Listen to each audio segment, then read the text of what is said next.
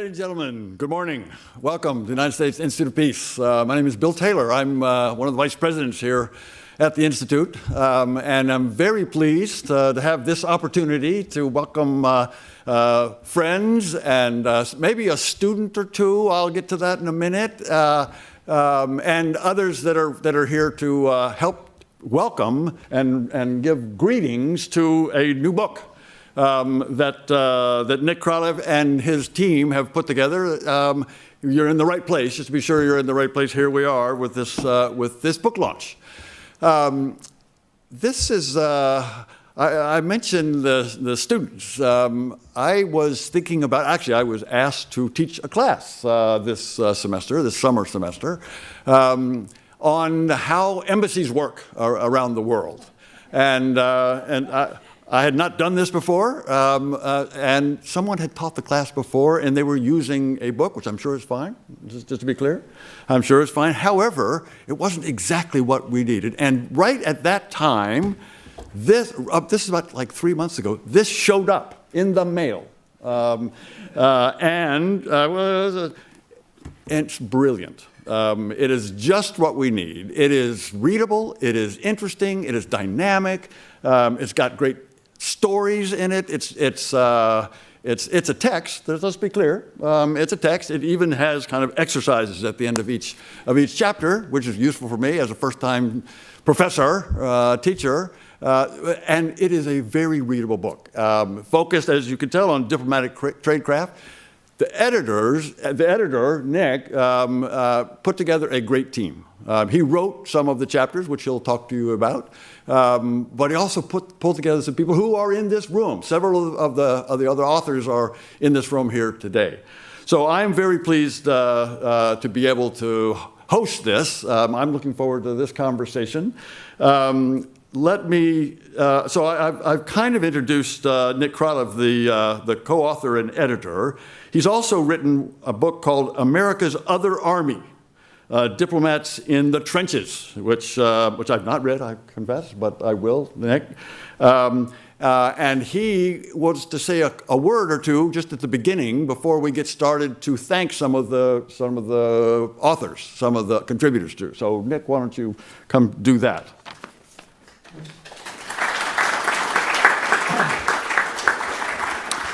Well, thank you very much, Ambassador Taylor, and I'm delighted to be back at USIP and grateful to you and the Institute for hosting the launch of Diplomatic Tradecraft. Well, it's a time of heightened conflict, acrimony, and discord around the world, so I think we all can use better diplomacy skills. And I'm thrilled that we can let you know today that there is finally a book that teaches just those skills. Now, I expect, and at least I hope, that governments around the world will be using this book to train their diplomats, and universities will lean on it to instruct, to impart some practical skills for their students, in addition to the instruction in theory that they already provide. But I also think that the general public can benefit from many of the skills and competencies this book offers. I conceived it about 4 years ago, and the main reason was that we at the Washington International Diplomatic Academy, which I founded 7 years ago, needed a textbook, and there wasn't one. So I thought, why not adapt some of the material that we've been teaching? And so I asked some of our instructors and a few other current and former Foreign Service officers to contribute to the various chapters, and so they did. We have several of them here today, in addition to Ambassador Tom Pickering, whom Ambassador Taylor will introduce in a minute. We have several of them. They're all ambassadors, so forgive me if I don't say ambassador every time. But I do want to publicly thank them for their insights and their contribution. And so from left to right, we have Ambassador Jean Abercrombie Winstanley, Doug Silliman, Eunice Reddick, Lisa Kubisky, Charles Ray, John Teft, and James Zumwalt. So thank you again for helping me make this book possible.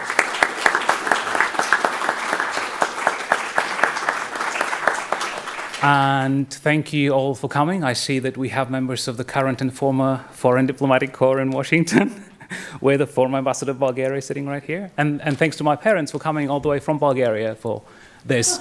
And from... It wasn't just this. Yesterday was, well, I had a very round birthday. So there were 2 reasons to come from Bulgaria. Anyway, thanks to you all for coming, and I look forward to our discussion. Thanks. So Nick, when you get to the age that Ambassador Pickering and I are, we don't talk about birthdays anymore. We're all done with those. So we are very pleased to have as the moderator for this conversation Indira Lakshmanan. Indira is the Ideas and Opinions Editor of U.S. News and War Report. This is what she does. She does ideas, and this is a great idea. She's gone to more than 80 countries, probably all the countries represented on this front row here. And she's reported on human rights and pivotal world events. Indira, we're so glad to have you here. And icon of the diplomatic corps over the past number of years, Ambassador Tom Pickering. We are so pleased to have Tom back in this building. He's been here several times. He helps us out on a lot of things. He's got several projects going. He's got a lot of projects going, which I won't even go into. However, what brings him here, in addition to having co-authored some of the chapters in Nick's book, Tom, as we know, has been the ambassador in Russia, India, Israel, Jordan, Nigeria, El Salvador, and the United Nations. Not to mention being number 3 in the State Department as P, as we called it, the Undersecretary for Political Affairs. So a great panel. Tom, welcome again. Nick, congratulations. And Indira, over to you. Thank you so much, Ambassador, and I want to thank everyone for coming. This is an incredibly important book. In Washington, we have books that are exciting and books that are worthy, and this book is both. So I'm thrilled that you would all come today, and thank you to the ambassadors who contributed and helped to make this book possible. So I am just thrilled to be here. Both Ambassador Taylor and Ambassador Pickering have been quoted in countless articles I've written about diplomacy for Bloomberg and the Boston Globe and other places. And Nicholas, I'm honored to have worked with as a fellow member of the Diplomatic Press Corps. We traveled all around the world on Hillary Clinton's plane for many years together. So when Nick asked me to do this, I was thrilled. And immediately the first question that came to mind was, how do you, as a former journalist, end up being the person who's writing a textbook on diplomacy? And how is it possible that there wasn't another textbook on diplomacy before? So let me start there, Nicholas. Well, thank you.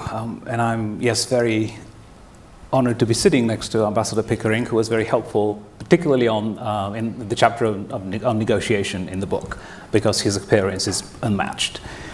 But to answer your question, I have to tell a story, which is what I used to do for a living, right? And the story begins sort of 20 years ago, but really much earlier. And so I'll go back to the fall of the Berlin Wall, when I was 15. I knew nothing about diplomacy. But it turns out that what diplomats do actually affects people's lives. Who knew? Right, who knew? So had it not been for the role of diplomacy in both ending the Cold War and transitioning from a very different political and economic systems in Central and Eastern Europe to what we have there now, I would not be here. I would not have come to the United States. I would have not gone to Harvard and done all the other things that I've done. So in other words, my life would have been completely different had it not been for the products of American and Western diplomacy, both before and after the end of the Cold War. So I always wanted to be a journalist because there were so many interesting stories to tell in that part of the world at the time. But then when I came here, I wanted to focus entirely on covering foreign policy and diplomacy. And so that's what I did for more than a decade. And about 20 years ago, I became very interested in the Foreign Service, in the US Foreign Service. I began traveling with the Secretary of State, who was Madeleine Albright at the time, in 2000. And I did it until Secretary Clinton, as Indira mentioned. Now, there are many journalists traveling with the Secretary of State, but nobody else wanted to write a book about the Foreign Service. And so I asked Colin Powell, who was Secretary of State at the time I began my research, to give me access to about 60 to 80 embassies around the world. And so I could go in and spend a few days in each of them and interview Foreign Service members, not just officers, but all kinds of Foreign Service members. And so I started doing this in 2003 and 2004, wrote a series in the Washington Times on the Foreign Service. When I first began traveling with the Secretary of State, Madeleine Albright, I was doing that for the Financial Times, and then I'd moved to the Washington Times. And then, after I decided to leave journalism in 2010, I finally had time to write a book about the Foreign Service. So the book that I always wanted to write, and I had no time, I actually wrote it in 2012. That's the book America's Other Army, which Ambassador Taylor just mentioned. And while promoting the book and speaking at events like this, or even ministries of foreign affairs in different countries, I was shocked to find out how neglected diplomacy is everywhere, particularly in training. So the system that I thought existed, I think I'm right, but the system I saw did not make sense to me. And here's what the system is. Most governments take in people into their foreign service who either have a master's degree in international relations in some countries. In our case, we have exams to join the foreign service. But these exams are not the general knowledge exams. I know that the oral exam has a couple of exercises, but I don't think the system is designed to select the best or the most promising people to succeed as career diplomats. And then we bring them in and we give them 5 or 6 weeks of orientation, but we don't really give them proper training in what I call tradecraft. And then we throw them into the deep end to sink or swim. And it takes them years to learn how to do their job well. So that's what doesn't make sense to me. We are not requiring anything to join the Foreign Service, right? We want a diverse Foreign Service, which is a very valid point, which means that there are people who are former journalists and businessmen and lawyers and art gallery directors and parole officers in penitentiaries in different parts of the country. And we say, well, that's okay. We want people with a variety of skills, which is, again, a very, very good point and needed. But we're not giving them solid training, a foundation on which to hone in their skills and become better. Yes. Well, let me follow up on that, because Ambassador Pickering, we're so lucky and grateful to have you here. I don't think there's probably anybody who's had as many positions, anybody currently who has had as many ambassadorships as you have, and all the way up to the number 3 in the State Department. So let me ask you, because you did a lot of learning on the job in so many positions, and the sort of mantra of the Foreign Service and government in general has been, there's no real training for it. Sure, you can go to Georgetown, you can study diplomacy, but in fact, you really need to learn on the job. So tell me about that. Do you agree with that mantra that, diplomacy can't be taught in the classroom, and that in fact you have to be fired by the real world experiences? Let me begin, Indira, by telling you a brief story. My mother frequently asked what I was doing in the Foreign Service, and when I reeled off where I was, she said, "That sounds wonderful, but why can't you keep a job?" That I'm Dutch. My experience has been that about 15 years ago, 3 or 4 Foreign Service retirees sat down at a Washington club and said, there needs to be more opportunity for formal education and training for people working in diplomacy. Foreign service officers were very much on our mind, but we also thought of civil servants. We thought of people from the Defense Department, so engaged people from agriculture and commerce, people from the intelligence community, and so on. And we did a number of studies. And one of them was, is the NSC really working effectively, and how to prepare for that?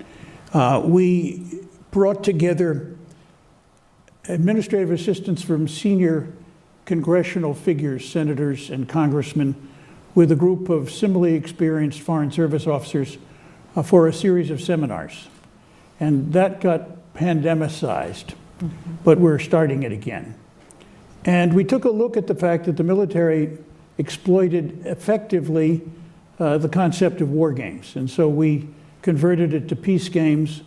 We worked with a very good private firm supporting the University of Maryland in gaming, and came up, and we've now had 6 or 8 sessions. And this building has become the new host and central operator for us of the Peace Games activity in concert with us. And we're looking finally at putting it on the budget payroll of the Congress, if I can put it that way, on a permanent basis, rather than seeking to raise money from well-intentioned people all across the United States, which we have done. We've raised, I think, close to $2 million for that particular capacity alone. So there's much going on. And it points up several lessons that you iterated. One, that formal training and education and diplomacy is not sufficient at present circumstances for carrying it forward. That a lot of us have learned through what we call on-the-job training. I had the particular good fortune of requiring a carpool in order to stay alive to go to work and still have a wife. And I carpooled with a very senior officer who later offered me several jobs to work for him. I then carpooled with Joseph Nye, a name that will be familiar to you from the Kennedy School at Harvard. And this was an exhilarating learning experience, because I had 45 minutes morning and 45 minutes in the evening, barring tornadoes and snowstorms, which extended the time, to go through a kind of Q&A examination of what it was that we were each doing and how and in what way it affected each of us and what lessons we had learned. And that was in itself quite useful. I would not say that we should abandon on-the-job learning, but I think we should expand it and push it. And finally, we have done a very good job in the U.S. Foreign Service in language training. And it is a key subject, and I'll talk more about it later if people want to. But it is, in my view, a fundamental tool, not just for understanding what other people are thinking and doing, but for creating a relationship. And that's very significant, and there were times when it particularly helped me in my foreign service period that made a real difference in how and in what way I could perform effectively to support the U.S. government interests and its relationships with governments and diplomats around the world where I was working. Can I follow up on that? Yes, please. I completely agree with everything Ambassador Pickering said. No one is saying that on-the-job training should be abolished or minimized or diminished. Absolutely not. Here's really the heart of the matter, in the way I think of it, which is essentially the topic of this discussion. There has been what's called military doctrine for over 100 years. It's an essential part of any national security strategy. There has never been a diplomatic equivalent to that, which means that in statecraft, you over-focus on force. And if you look at the last 20 years, I mean more, but at least the last 20 years, you will see, particularly in US foreign policy, the over-reliance on force, right? Well, I think diplomacy should be the first resort. So why has there not been diplomatic doctrine? Well, that's essentially a body of interrelated operational concepts, right? How to practice a certain profession. And I've thought a long time about this, because after all, diplomacy is viewed as a structured profession. Well, if it's viewed as a profession to begin with, but that's another topic. And people think of the protocol and all that, so they have rules. Well, unfortunately, when it comes to professionalism and tradecraft, there are no set standards, like there would be in military tradecraft or military doctrine. What I mean by this is, and I'll give you a very specific example. When I started my research 20 years ago, I was in an African country at the US Embassy, and the chargé d'affaires at the time introduced me to the chief of the political economic section. And he told me that she was one of the best he knew in the Foreign Service. 2 weeks later, I was in China, talking to the DCM, the Deputy Chief of Mission there. And he knew the person who was supposed to be one of the best. He said, oh, she actually is one of the worst I've ever seen, right? So how can the same officer be viewed as one of the best and one of the worst at the same time? Who decides these things? What are the criteria? What are the standards? What is the baseline? There isn't one, right? Well, how are we supposed to take diplomacy seriously as a profession then? Right? So that's why I now say that diplomacy to me is an underdeveloped profession. In fact, I think that many people don't view it as a real profession. That's why we have all these political appointees in the system, right? A third of ambassadors. How come no other country in the world has a third of its ambassadors to be political appointees? I have nothing against having political appointees in the system because, let's face it, career people are bureaucrats, right? They need infusion of new blood and new ideas from time to time. But to have a third of ambassadors, 99% of whom have no qualifications to practice diplomacy, I think is absurd. But then, if you look at our entry-level officers, they're not that much more qualified to practice diplomacy either. Until 5, 6 years perhaps, on average, into their career. And so what I'm saying is, if rather than spend the money to move them around the world twice by their year 5, at which point they get tenured, some of them don't, a few don't, and they have to go out to leave. But to me, it will be a much better expenditure of money rather than have this tenure system for the first 5 years and move people, because they're still doing regular jobs. They're not in apprenticeships or traineeships. No, they're doing regular jobs, and sometimes managing budgets of millions of dollars and managing people, by the way, right? Most of whom are much older than they are, but that's another story.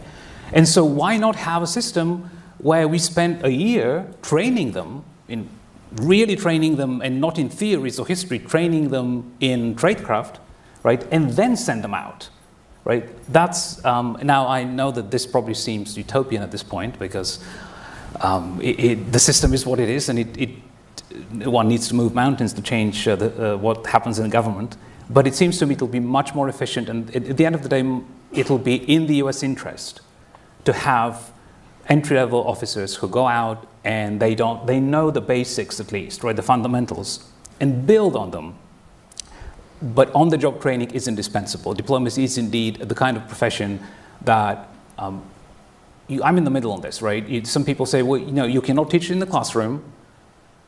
And then other people may say, well, a degree in international relations will make you prepared. No, international relations is an academic discipline.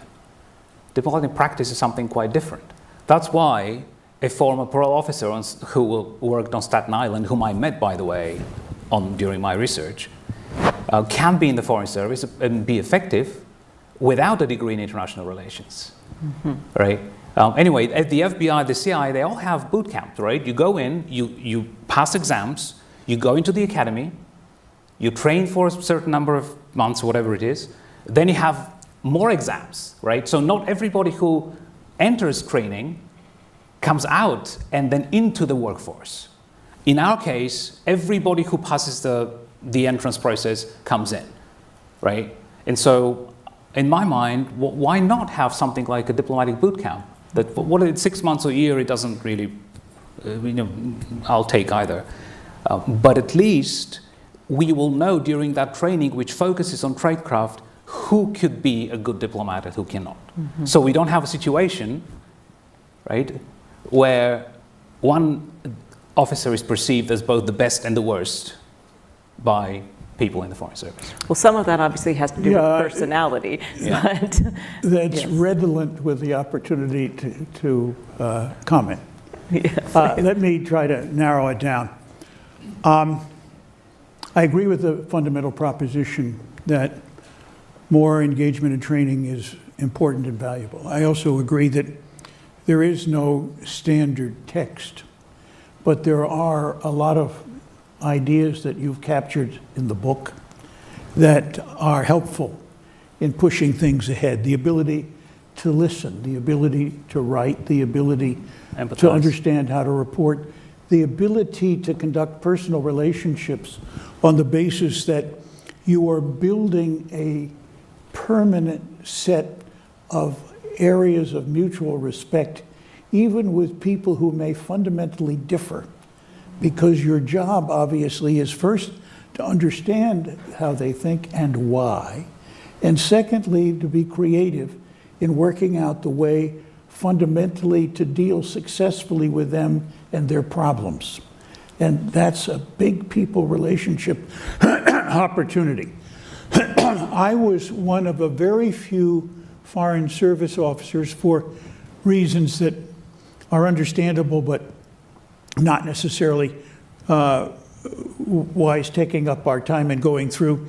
And my initial assignment was in the State Department and not overseas.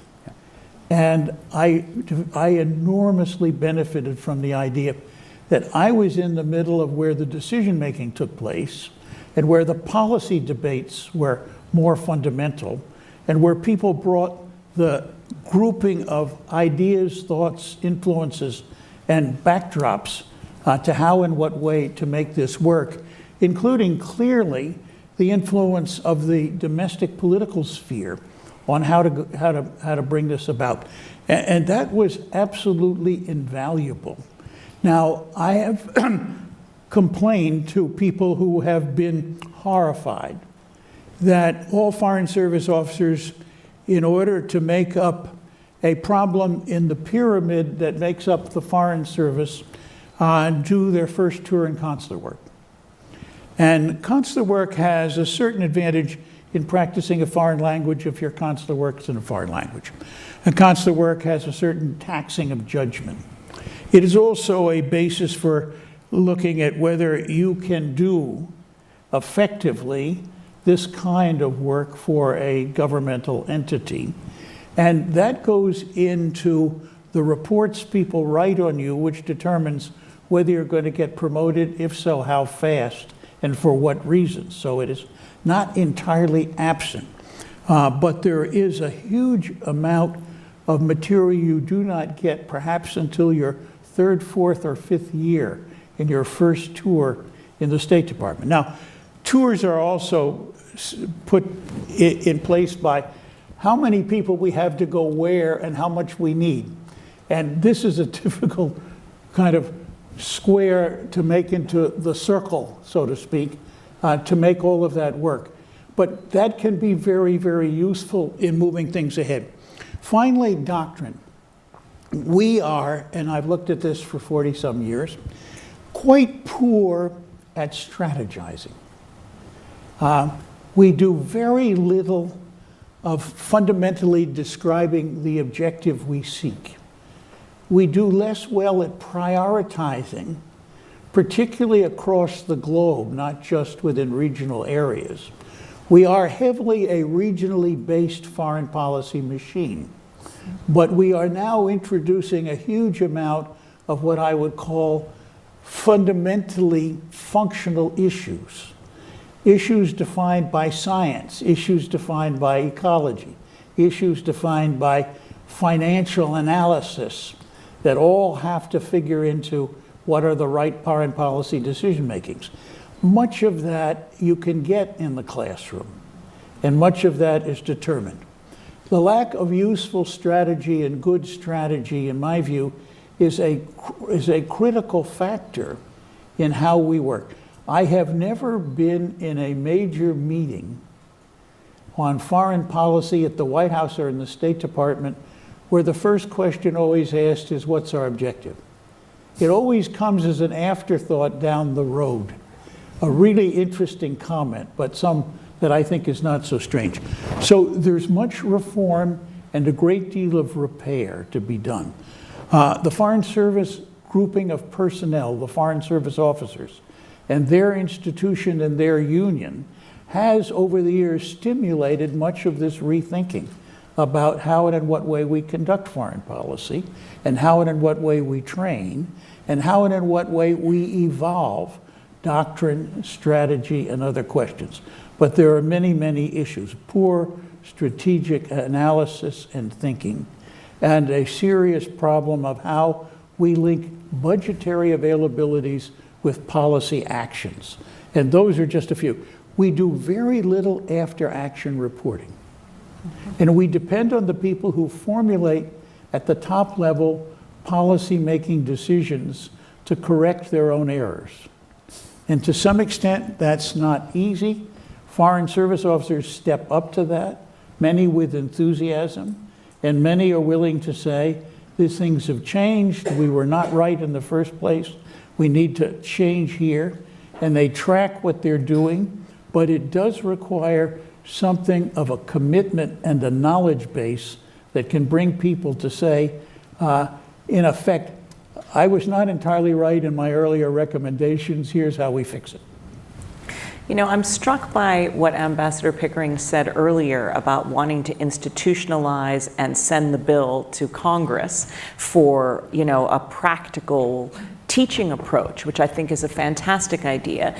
And Nicholas, we know that to get Congress to approve the money, to appropriate the money for things like this is not easy. As it is, there are constantly wanting to cut, there are forces in Congress who constantly want to cut funding to the United Nations, funding to diplomacy, at the same time that they're willing to increase funding to military spending. I always thought it was fascinating when Hillary Clinton was Secretary of State and Bob Gates was Secretary of Defense, the way they had a sort of like 1-2 act where they would talk together, where he would say, you know, actually, I'd like you to give more money to my colleague over here at the Secretary of State.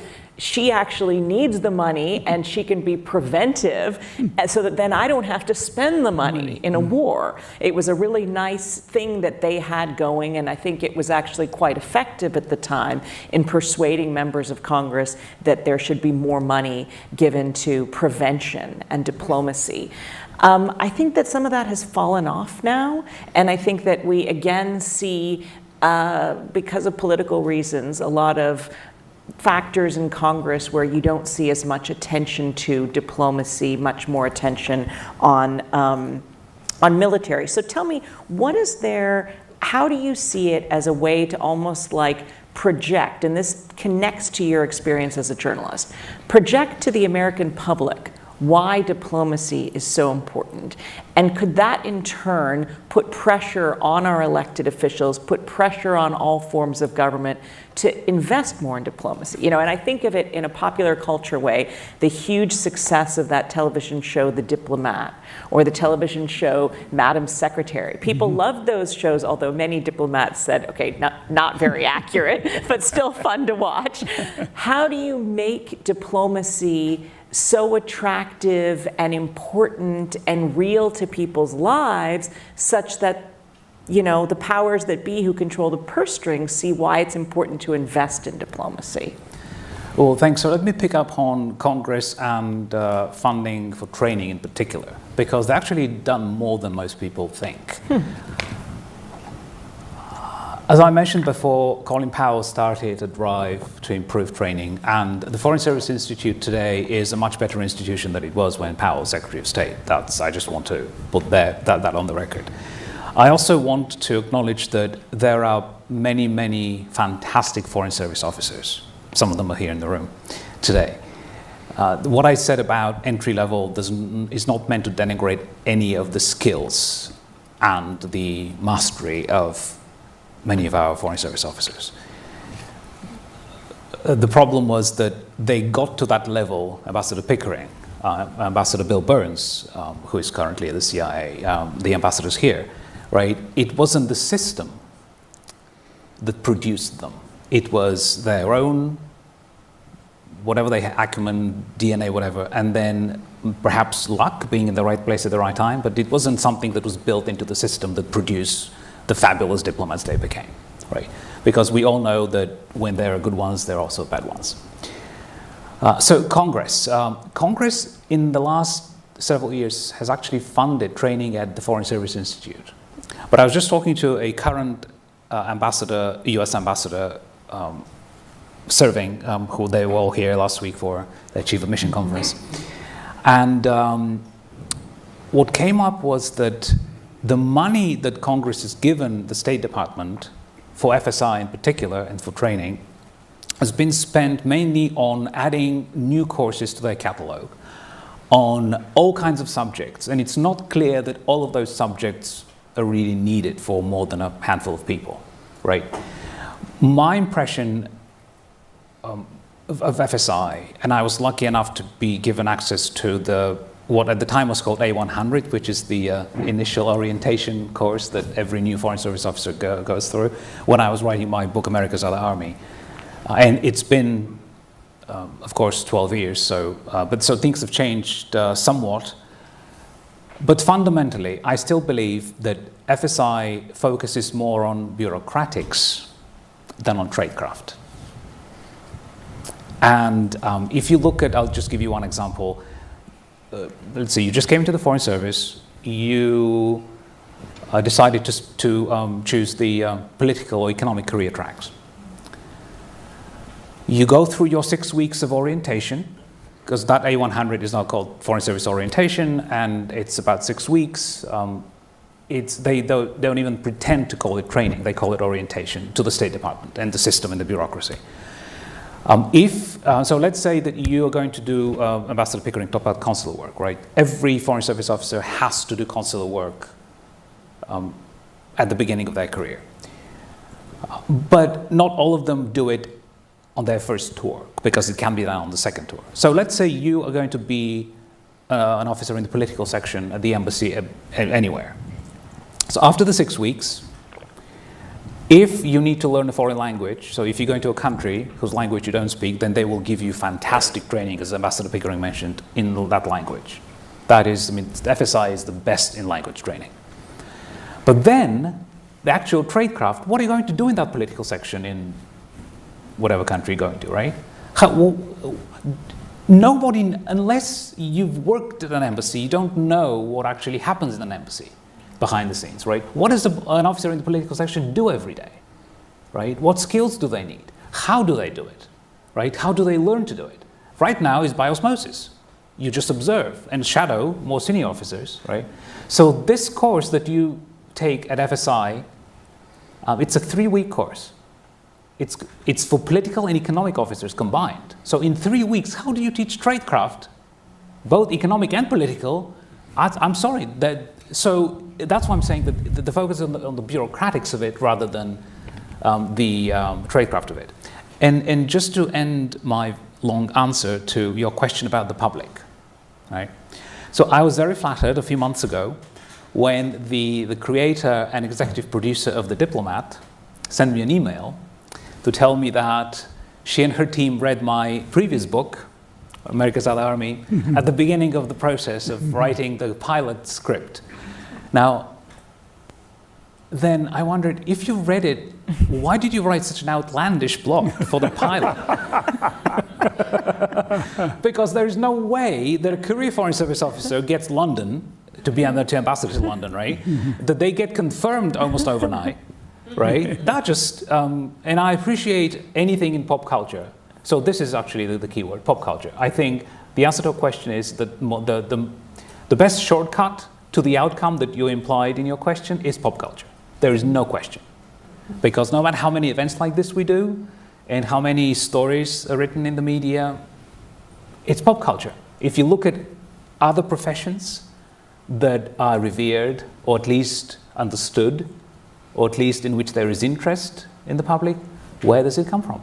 It's movies and TV shows. Right. That's it. And of course, it's better to have shows like The Diplomat and Madam Secretary than not to have them.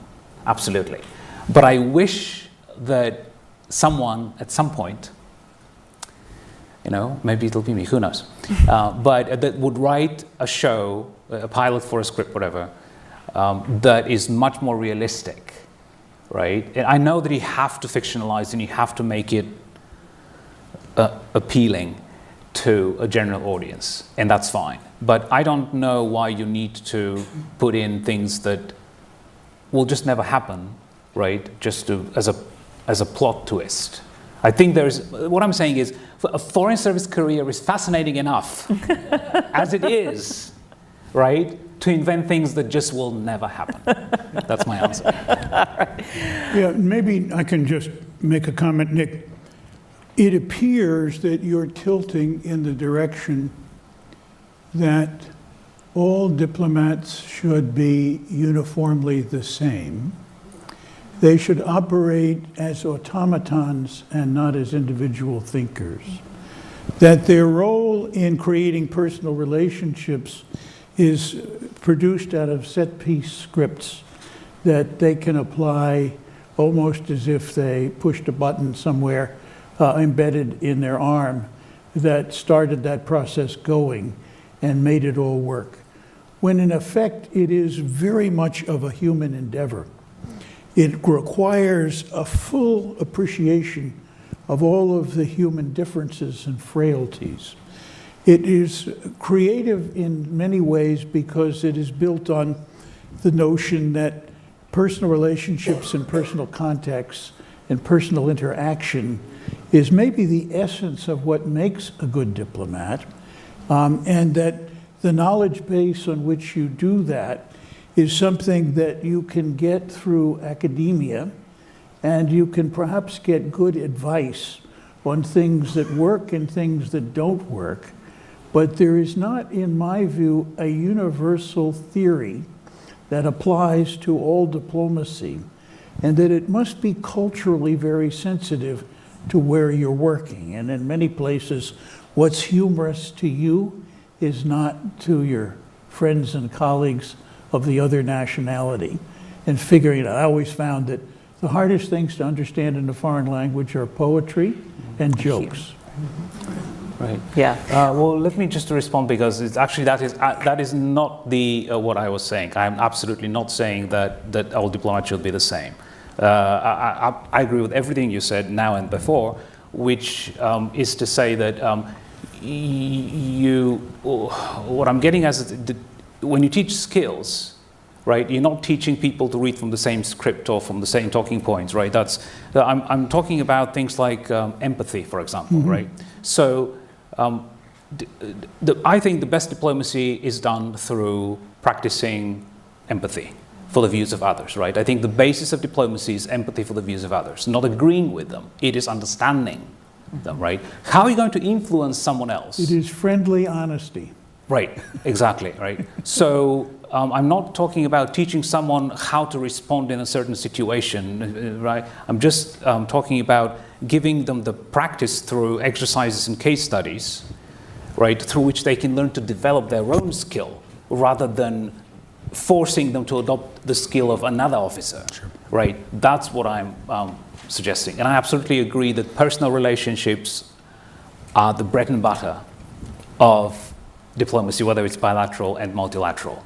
At the end of the day, you represent your country and you defend and promote its interests, right?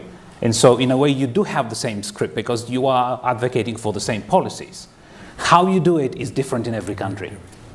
That's right. But I still think that there is a way to learn the foundation of a skill like this before you get sent out overseas. And now it's your job to then adapt what you were taught based on the history of the country, the language of the country, the mentality of the people, right? The personal connections you will establish, or the connections that the embassy has already established before you even showed up, right? And to process all this and come up with the best way, right, to use the foundation that you were given in the FSI classroom or wherever it might have been, right, and adapt it. So that's why I'd rather have practical exercises and other forms of training based on real life case studies Because Ambassador Pickering said something very, very important at the beginning, which was follow through. Lessons learned, right? The military is fantastic at lessons learned. And the State Department has been trying, I must say. When Bill Burns was Deputy Secretary, he made a push for it. And they're trying. There is even an office at FSI that is now supposed to look at the lessons learned. But I agree with Ambassador Pickering, it's not nearly enough. When we created the policy planning staff in an interesting way, and a good bit of what it should be doing is absorbing lessons learned and being a team B, that they do not have what I would call emotional attachment to a brilliant policy idea, which now needs change. Ambassador Pickering, earlier on, you really laid out for us some of the skills that you think are most important for effective diplomats. Now, of course, the personalities, the number of people who are in the Foreign Service, that represents the number of different personalities and ways that those skills will be carried out. Is there some kind of rule of thumb you can give us in your many, many years and working with both older diplomats who you referred to, who were some of your mentors, and younger ones who you yourself mentored? What are some of the characteristics that have made for the most effective diplomats who you have worked with, either in our own Foreign Service or in other nations' foreign services? I think the ability to develop a long-term relationship with the key interlocutor. And I had the privilege of having as my counterpart that I met with most frequently in Israel, the Prime Minister. And I met frequently with the King of Jordan. And it was in that set of relationships which put the U.S. in a position where, in effect, I had access to the top decision maker and could deal with their concerns and with how and in what way I conveyed our concerns. And you get very quickly in the view of, from what I know about the people I've been dealing with, what will they think of this particular idea or this particular proposal? And it will help you shape the presentation of that idea on the basis of your past history of discussion. First, you have to get the past history. So first is obviously respect and dignity and understanding and the ability to question in a way that is amicable to the other person because they know you're seriously interested. And secondly, that you can cover ground that you know Washington is interested in because you're also working 100% of the day for Washington. And you have to, in your reporting, go back to them and say, I followed up with the following kinds of questions, or I didn't follow up with the following kinds of questions because this person has already told me X, Y, and Z, that either make that unnecessary or I've got the answer, I don't need it, on the basis of what he said about the attitude and so forth going down the road.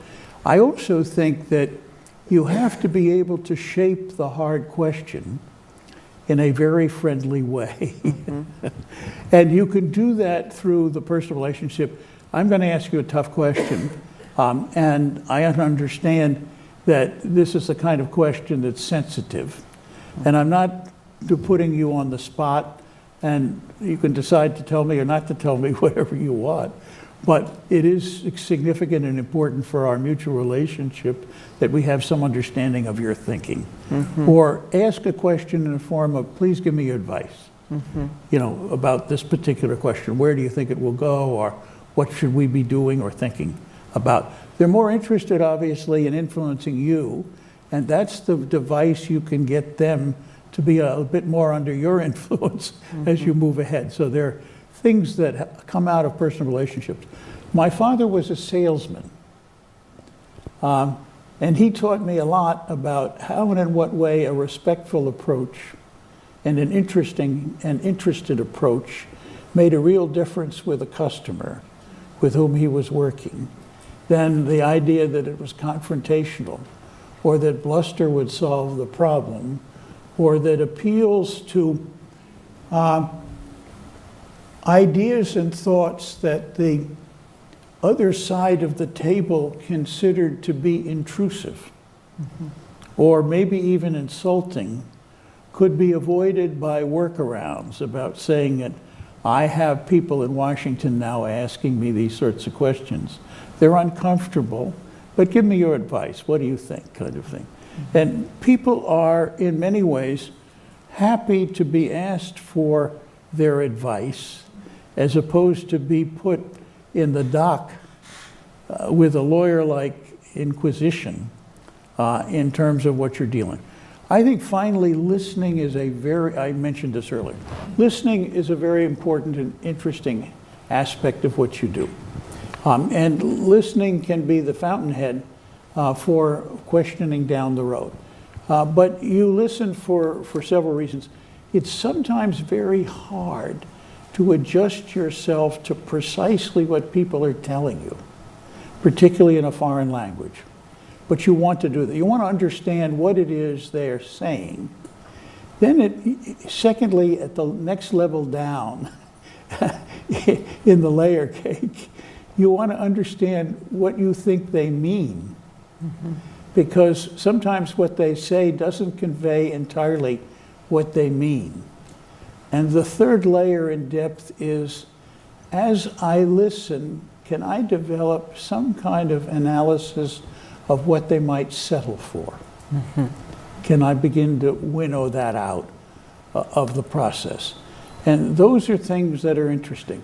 I also think that you want to be careful, particularly with a very senior foreign official, to give them the view that your part of the conversation is as much absorbing as it is disseminating. And that's quite significant too. And I think that's all very, very helpful. I had opportunities with some senior officials where they would invite me to come by their home in the evening to talk over a drink about what's going on and where things are and how and in what way the U.S. is looking at what they're doing. And that was very valuable. I had the opportunity in Israel to be the ambassador to a government that was formed of a national unity coalition. And it included Labor on the left, and it included Likud on the extreme right. And for the first year and a half of a 3-year term, Labor was in charge, and I dealt with Prime Minister Peres. But then Shamir, the Likud leader, was the foreign minister. And I didn't want to ignore him. I wanted to develop a relationship with him. And when I went to see him, of course, he insisted on conducting the conversation through interpreters, Hebrew and English. And I knew that he did not have a lot of English. But after my second meeting with him, a friend told me he spoke very, very good French. And I said, well, how is that? He was arrested by the British, sent to Ethiopia after they captured him from the Italians, escaped from the camp, and went to French Somaliland, now Djibouti. And he asked for asylum. And the French said, yes, but you've got to learn French. And he did. And so I went to him and I said to him in French, we both understand and speak French. Could we start having a series of luncheons? You'll be my guest. And we'll go to hotels which are all kosher. And just the two of us. And it worked. And I developed a relationship. The real interesting problem is when he became prime minister, I walked into his office with a couple of his guys who didn't speak French, and I spoke to him in French, and he said, no, no, no, I've studied English, we're going to do it in English. And he was a very determined man. And so we shifted right away to English. That's a great story, and it reminds me two sort of takeaways from that. One is, of course, that the skills you're discussing that are so key for a successful diplomat are important for all of us who are not in diplomacy. I listen to that and I think, I could use that as a manager. That's I could, right. Like it's important Think for every marriage. professional. Exactly. Think Well, in marriage. every relationship. And the other thing I'm thinking of is the famous saying, of course, that the art of diplomacy is telling someone how to go to hell and have them look forward to the trip. Yeah. So, yes. Now they'll show you the way. Yeah, exactly. Yes, yeah. Well, yeah, this is so great. So I wanted to add a couple of things on your question in particular about skills. We have a whole chapter in the book outlining the core skills. There are others, but of course, You can't put everything, and as Ambassador Pickering pointed out, it's not always the same, right? You need perhaps different threads, right, or in different situations and regions of the world and all that. But so we have what we consider the key skills, diplomacy skills, in that chapter. But the way I've come to think about diplomacy as a profession, because diplomacy is both an activity and a profession, right? So in terms of the activity, what do diplomats do? Well, first of all, they manage relations with other countries, right? Just to put it simply, so the so-called general public can appreciate it. So that's what they do. In bilateral embassies or missions, they manage a relationship with that country on a daily basis. In multilateral missions, they manage a relationship with an organization like the UN or the EU or the NATO and all that. And with the member country. And that's right. And then the other thing they do is carry out the foreign policy of their government. Right? These things are done in parallel. Okay, so what is in the big picture, what is the most important part of diplomacy? So I mentioned influence before, right? How to influence the decisions and actions of other countries, right? That in a way that perhaps correspond to your interests, right? The interests of the country you represent as a diplomat. And to bring back empathy, right? If you understand how they think, the other side, right? How they think, how they make decisions, where they're coming from, what their bottom line is for whatever you're talking about or negotiating, then you can do a little play and think like you believe they think, right? And come up with, okay, so what is the bottom line for them? What are their interests, right? Okay, and then you look at your own interests. This is where they diverge, this is where they converge, right? If they diverge, is there something we can do to make that divergence less obvious, right? So in that case, what do you need to do? You need to change their perception of their own circumstances. And sometimes you need actually to change the circumstances themselves. Now, I consider this to be the most difficult part of diplomacy, right? Because you're going to change the circumstances that other governments use to make decisions. Think of Putin right now in Ukraine, right? We'd love to know how he thinks and how he strategizes and to be ahead of him, right? And I'm just giving this as an example from the news, but you can apply this to any country. And so this is the strategy that Ambassador Pickering was talking about that we don't seem to be very good at. It'll be very, very effective if we were better at it. Mm-hmm. And it's we don't have to necessarily consider a war in this. We can apply this to Turkey and its prime minister. We can apply this to South Africa. I mean, it's any part of the world. And I don't think this happens enough, right? To strategize and think, okay, where are they? And where do we need them to be, right? This isn't necessarily something that will lead to conflict. Diplomacy, at the end of the day, is about compromise and ideally win-win scenarios, right? You don't have to have a situation where it's a zero sum, as we call it, right? And that's also a skill. But and then the last point, what you just said about applying this to any other field or profession or walk of life, absolutely. Most of this can be applied, all these skills. The difference is this: when you're a diplomat, you live and work in that other country on behalf of your government, and your job is to get things done that you've been instructed to do by your government in a foreign country and foreign society. So part of the job is navigating that society, knowing the right people, hopefully speaking the language, understanding their history and culture, right? Not just parachute in and think that they do what's called mirror imaging. In other words, that they think like we think, right? All of this is very difficult. And so I don't think any of us really, or most of us, are born with these skills. And some of us are better at them than others. But at the end of the day, you have to learn the skills. And it'll be nice to start learning them before you even get sent out. But absolutely, most of that you will learn on the job. There is no question of that. Well, that is the purpose indeed of this book. And Yes. I want to encourage everyone out there. I want to thank, of course, the ambassadors who contributed to this book. And you know, thank you to both gentlemen on stage for making this book possible. And I want to encourage everyone who wants to learn more.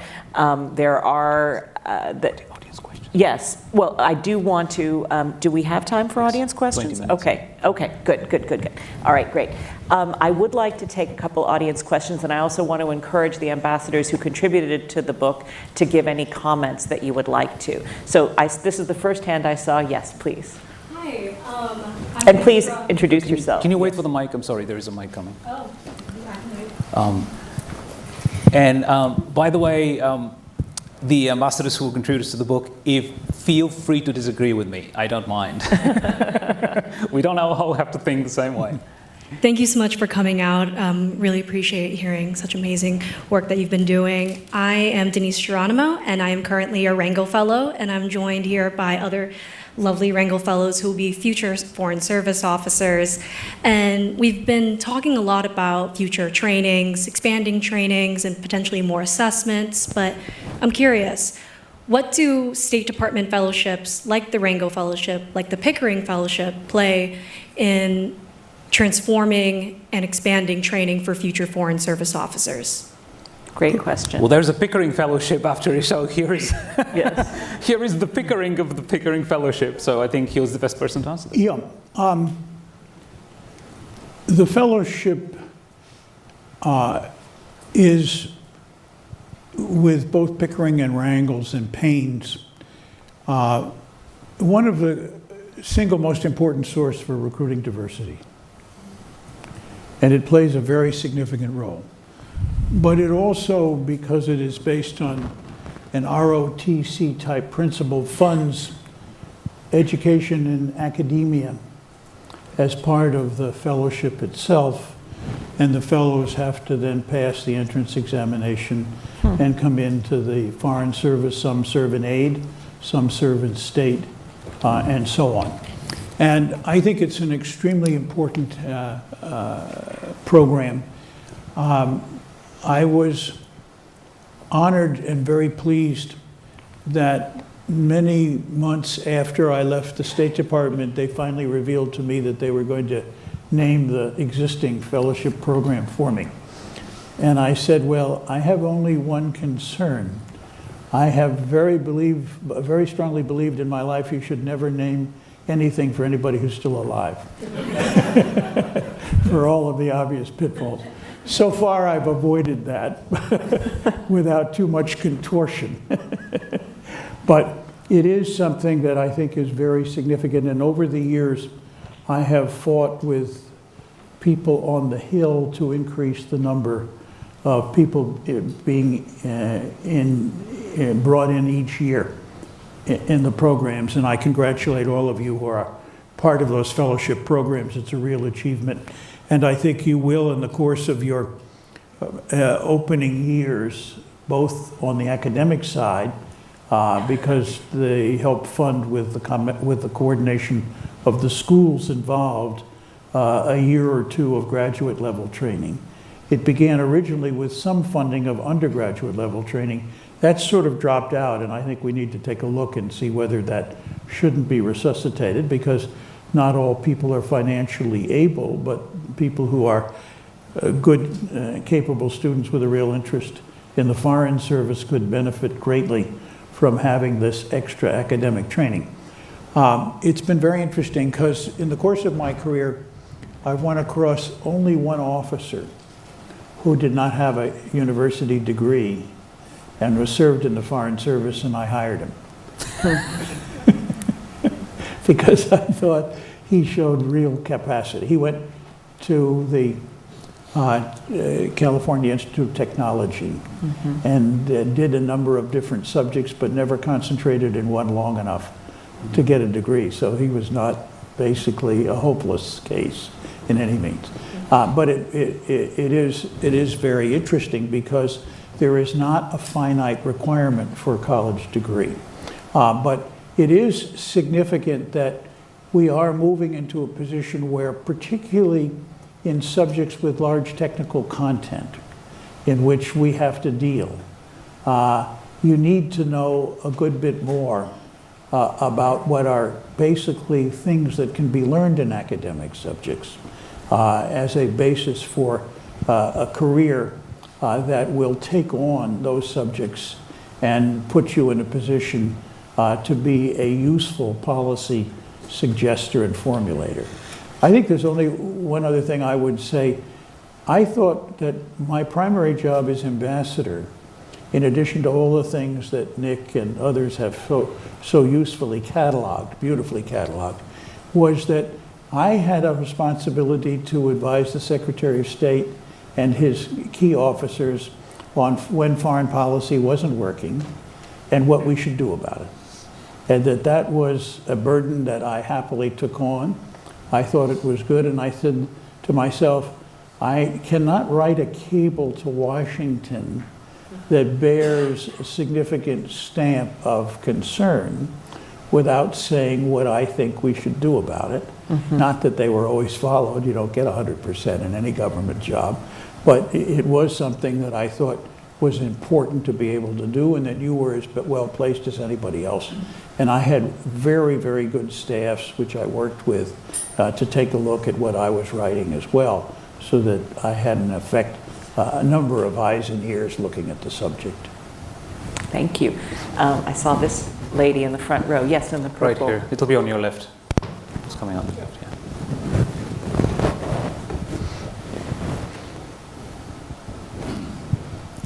I am Dr. Lopez from CIFAI. I have a question. One topic that was not discussed here is that you can buy a diplomatic post, and that happens all over the world. And also that you are friends of whoever is going to be the president, the minister, you get a post. And one very notorious example here in the United States, from many more, is Mr. Gordon Sondland. He gave $1 million to the Trump administration, and he ended up from being a diplomat. How come a hotelier was the ambassador of the European Union? That's my question. This is a very important topic, and that actually confirms what you say, that 90% of the people have no idea how to be a diplomat. And why? Because most of those posts are selected. They are not. People who are really career diplomats are very rare when they're really diplomats. That's all my comment. Well, it's a good question, and we shouldn't spend much time on it because you can talk weeks about it. But diplomacy, it's interesting and in a way puzzling to me, because on one hand, few people care about diplomacy, but on the other hand, they think of it as prestigious enough to want to actually get all these posts, and they probably think that, well, actually, I know for a fact that many of those political ambassadors think that the job is much easier than it actually is.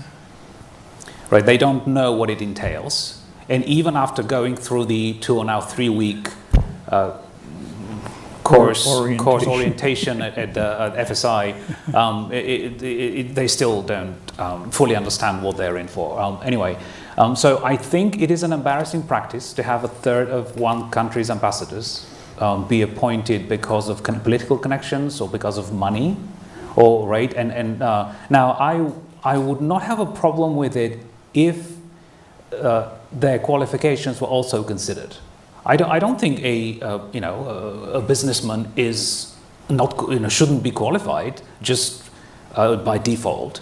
No, it's fine, whoever. But if they have the experience and the background and qualifications, that's okay. We've had actually some fantastic political ambassadors. Now, unfortunately, I could probably count them on my two hands, on the fingers of my two hands, in the last half century. But we have. I can name them, and I have named them in articles I've written, but I won't do it now, not to shame anyone. But I think the practice in itself is embarrassing for the country, to the world, because people in almost every country care very much who the US ambassador is. As the US ambassador, as much influence of one might argue the United States has lost in the last 20 or 30 years, I think in most countries still the US ambassador is a public figure. He or she is all the time in the media. People even know their names. they have, if not influence, at least they have a lot of attention on them, and so it makes a difference. And that's where I'll stop, and maybe Ambassador Pickering has some. Yeah, the sale of public offices is called for the aficionado's simony. And simony is not compatible, in my view, with democracy or with meritocracy. And all of us in the career service have, over a period of time, both said that we have deep respect for the people who've been very successful. Yes. Not necessarily widely so, but there are, and we can't deny that.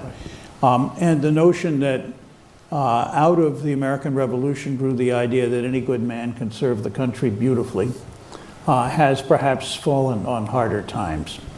I also think that as a device for raising campaign contributions, much as I believe that election is a critical factor coming up this year, particularly in the future of our country, I don't believe that the use of selling offices, which is essentially what it is, even if it's a little more indirect than that, is a wise way of proceeding.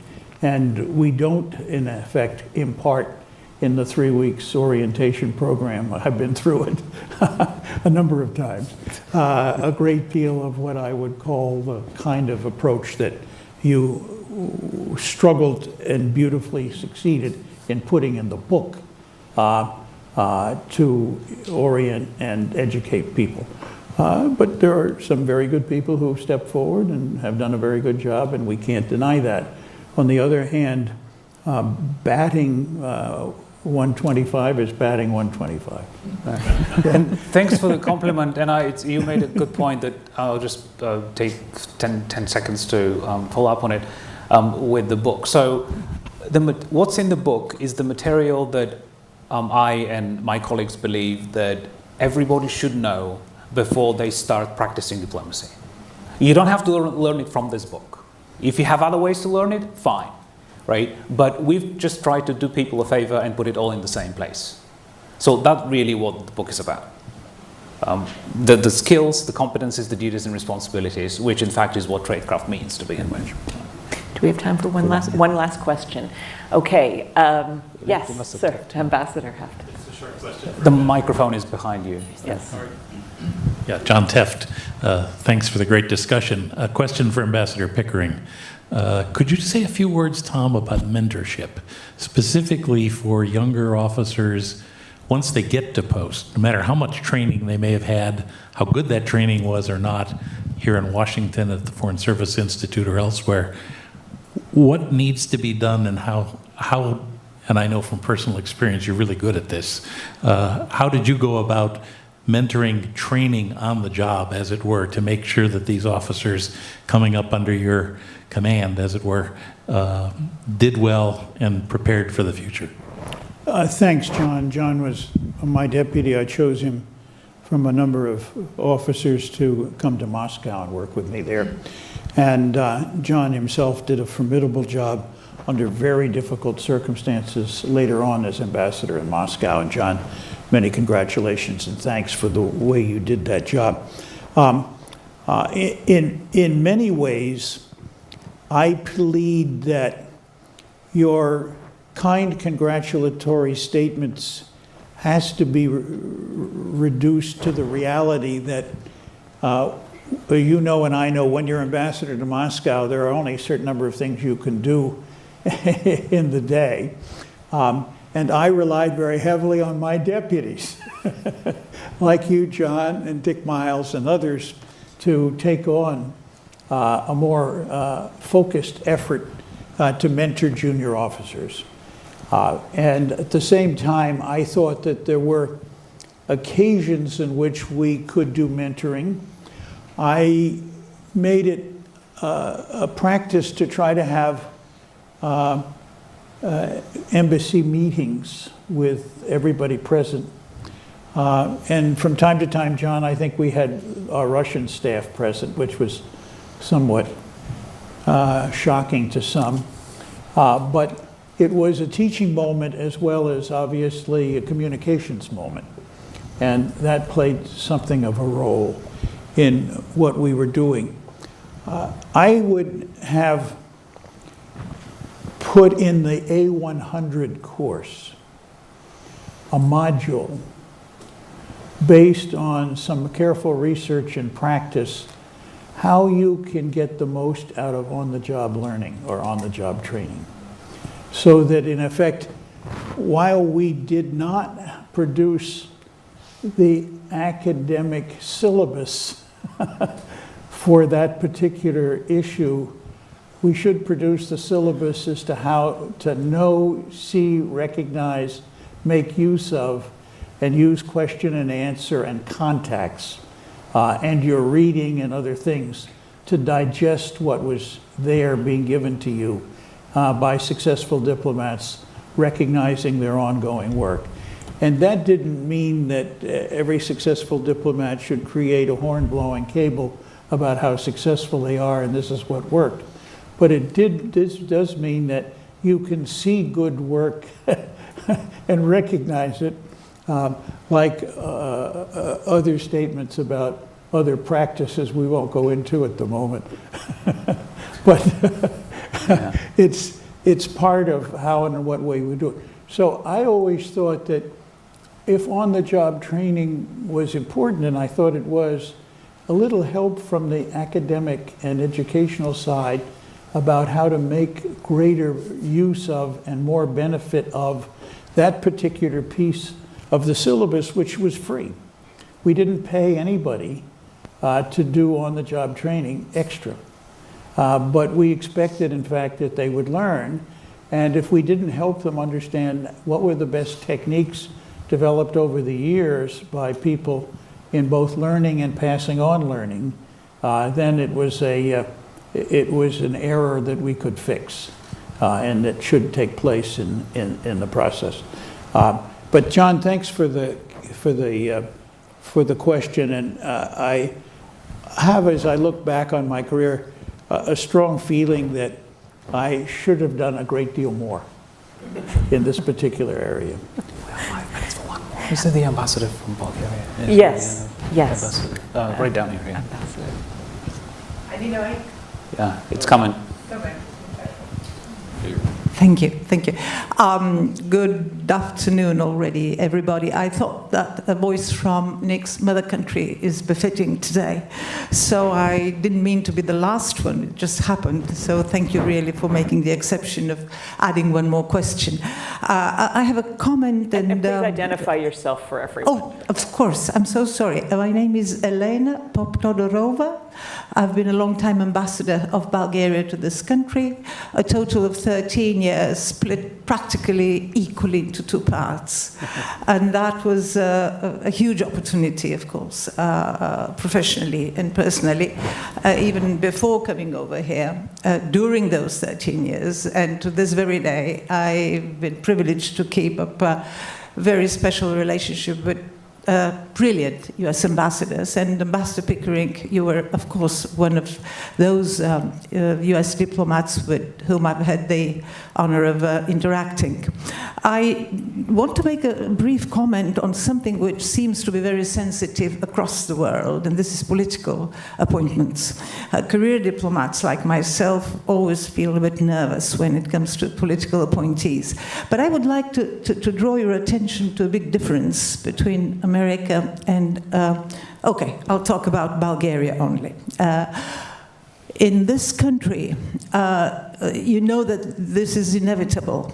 You have to obviously meet more expediencies by making political appointments as ambassadors, but you also know that that can be balanced out, it can be remedied by a very strong professional team underneath. And this is something which normally it is not done, and I should probably apologize for mentioning a name, but it is with affection and recognition and appreciation that I will be mentioning the name of a lady, Julie Finley, whom Ambassador Pickering may have met, or her husband, who was an elected representative. This lady was absolutely dedicated to the expansion of NATO, and since we are celebrating this year the 75th, and I'll be back in July for the big meeting here, I would probably be kind of in good context here. So because of her total, not just dedication, but contribution to the expansion with the last 7, not last, we had more, but the big bang of 7 countries, she was then sent to Vienna, because Vienna is really a very nice city. But Ambassador Pickering, she had to lead your delegation to the Organization of Security and Cooperation, the OSCE. And the professional diplomats in this room know very well what a complex set of issues that is. And you definitely need a professional there. So I don't think she ended up very happy after a few months on the job, but she did have this very solid team of professionals underneath. In the case of my country, unfortunately, we have to live with a political appointee without necessarily being able to support the political appointee with a really forceful, strong team, or also having an ambassador, a political ambassador, who would recognize the importance of expertise. So you're still, I think, ahead of many others in terms of how you handle political appointments. And that was just a professional temptation. I had to comment. But I would like to tell you that I also had this special, very special pleasure in life of watching somebody grow from young years in professional career as Nick, whom I first met when he was still a journalist, and we actually worked together on a number of secretary's visits also to my country. And then I watched him grow up in the profession to only transcend into what is definitely a career which is so close to my heart. And definitely this is such a pride, such a pleasure to see you sitting over there, Nick, and kind of being able to reach the top of a career which can only be positively and amicably and fondly envied. So thank you, and every good luck onwards. Well, thank you, very kind. I'm not sure I'm at the top, but thank you. Yeah, thanks. That's very kind. Well, I want to thank Ambassador Taylor and the U.S. Institute of Peace for hosting this very important and fun discussion. And please join me in thanking Nicholas Kralev and Ambassador Tom Pickering for their wonderful discussion.